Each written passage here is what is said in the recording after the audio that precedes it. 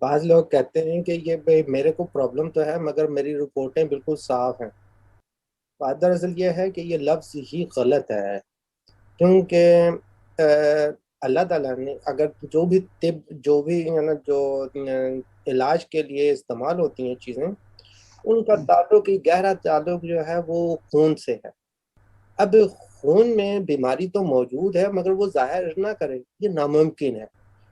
یہ کہہ سکتے ہیں کہ وہ ڈاکٹروں نے مجھے کہا ہے کہ مجھے کوئی تکلیف نہیں. رپورٹس نہ تو پیشنٹ کو پڑھنی آتی ہے، اور اگر پڑھنی آتی ہے تو ڈاکٹر کو پڑھنی آتی ہیں. اگر وہ ڈاکٹر ہی آپ کو غلط انفارمیشن دے رہا ہے تو وہ دے رہا ہے.